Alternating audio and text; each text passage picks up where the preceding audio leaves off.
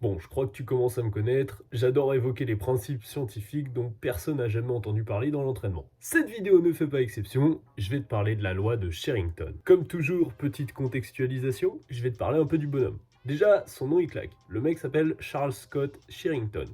CSS pour les intimes. C'était un médecin entre le 19e et le 20e siècle et il a fait des avancées majeures en neurosciences. Il a permis des avancées scientifiques sur le réflexe myotatique et il est aussi à l'origine de la loi de l'irradiation dont je vais te parler aujourd'hui. Je te parlerai du réflexe myotatique dans une autre vidéo. Sherrington, dans sa loi de l'irradiation, il dit que lorsqu'un muscle se contracte, si les muscles voisins se contractent également, la force totale qui résulte des contractions est supérieure à la force qu'on aurait obtenue si tous les muscles s'étaient contractés individuellement. En gros, c'est clairement le principe de l'union fait la force. Ce qu'il faut retenir, c'est que plus tu as de muscles impliqués dans un mouvement, plus ça va te permettre de développer ta force. Lorsque les muscles fonctionnent ensemble, ils produisent individuellement plus de force que si on les contractait séparément. En gros, tu pourrais imaginer un petit peu un courant électrique qui part de ton cerveau, et en soi, c'est réellement ce qui se passe, ça s'appelle un potentiel d'action et ça sert à activer tes muscles.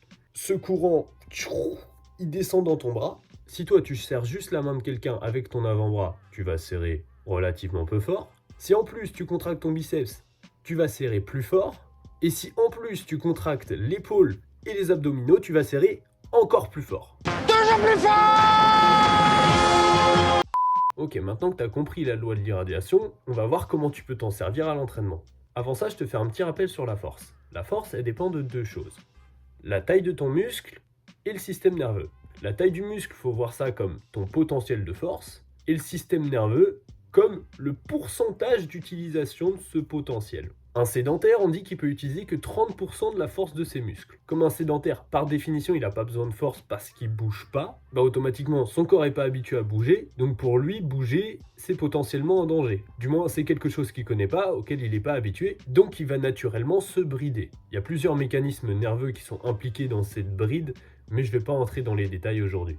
A l'inverse d'un sédentaire, on dit qu'un athlète de niveau olympique peut quant à lui utiliser jusqu'à 90% de son potentiel de force. Ça, c'est surtout vrai pour les athlètes qui ont une discipline centrée autour de la force ou de la puissance, par exemple les haltérophiles, les gymnastes, les streeteux ou les powerlifters, parce qu'ils sont habitués à forcer depuis des années et des années. Justement, je parlais des gymnastes et des streeteux, il est plutôt courant de voir ce genre de pratiquants soulever le double de leur poids de corps au développé couché la première fois qu'ils testent le mouvement. Ça s'explique par ce que je viens de dire. Ils ont un très bon système nerveux. Ils sont en capacité d'utiliser une grande part de leur potentiel musculaire, de leur potentiel de force. C'est normal, ils sont habitués depuis des années à effectuer des mouvements qui demandent beaucoup de coordination et qui sont surtout polyarticulaires. Si tu fais du street et surtout du statique, lorsque tu réalises un mouvement type back lever, front lever, planche et autres, ça nécessite un contrôle de l'ensemble de ton corps. Comme ça utilise énormément de muscles, la force totale qui est produite est énorme. Du moins, elle est nettement supérieure à celle que tu pourrais produire si tu n'utilisais que tes épaules pour faire des élévations frontales, comme le ferait un bodybuilder par exemple. C'est justement en ça que la loi de Sherrington est super intéressante. On dit que les bodybuilders font de la gonflette, c'est normal, parce que les exercices d'isolation, c'est ce qui permet de travailler au mieux le muscle, et les exercices polyarticulaires, c'est ce qui permet de travailler au mieux le système nerveux. Pour plus d'informations là-dessus, je t'encourage à aller voir ma vidéo qui compare street workout et musculation en hypertrophie. En soi, les bodybuilders, comme ils ont de très gros muscles, ils ont un très gros potentiel de force. Cependant, ce potentiel, ils ne l'utilisent que très peu. Attention, je ne suis pas en train de dire qu'ils sont pas forts, mais s'ils avaient le même système nerveux qu'un gymnaste ou qu'un streeteux, ce serait juste des machines de guerre. Donc la première chose que cette loi de l'irradiation nous apprend, c'est que plus un exercice va être technique et plus il va solliciter de muscles, plus il va développer le système nerveux. A l'inverse, moins un exercice demande de concentration et plus il est ciblé sur une zone, plus il développera le muscle. Deuxième application de la loi de Sherrington dans tes entraînements. Ça va paraître extrêmement bête et extrêmement simple, mais si tu fais des figures de street, plus tu serres ta barre, plus tu auras de force. En planche, Valentin Blanc donne un exemple plutôt parlant.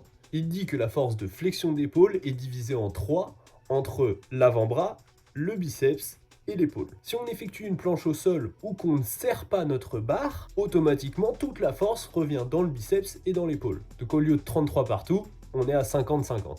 Un énorme conseil que je pourrais te donner pour t'attaquer aux figures, c'est de ne pas commencer par les taffer au sol ou aux anneaux, parce que c'est des agrès qui requièrent beaucoup plus de stabilité. Donc ça sollicite plus le système nerveux, donc ça te prendra plus de temps de construire ton potentiel musculaire dessus. Lorsque tu débutes sur un mouvement, tu dois te simplifier la vie.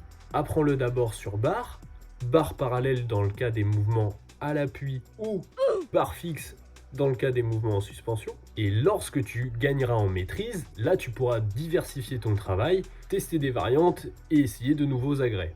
En résumé, pour tirer un maximum de bénéfices de l'irradiation, lorsque tu fais tes séries, il faut que tu serres la barre le plus fort possible. Si tu es au sol, tu tireras beaucoup moins de bénéfices de l'irradiation. Si tu veux quand même en avoir un petit peu, il faut que tu essayes d'agripper la surface sur laquelle tu reposes, un peu comme t'agripperais un ballon de basket que tu tiendras avec une main. C'était une vidéo plutôt courte, j'espère qu'elle t'a plu. Like et pose-moi tes questions dans les commentaires. Pour continuer à recevoir gratuitement du contenu avec autant de valeur que celui que je te propose, abonne-toi à ma chaîne. Bon courage pour tes entraînements, à la prochaine, c'était Moulax.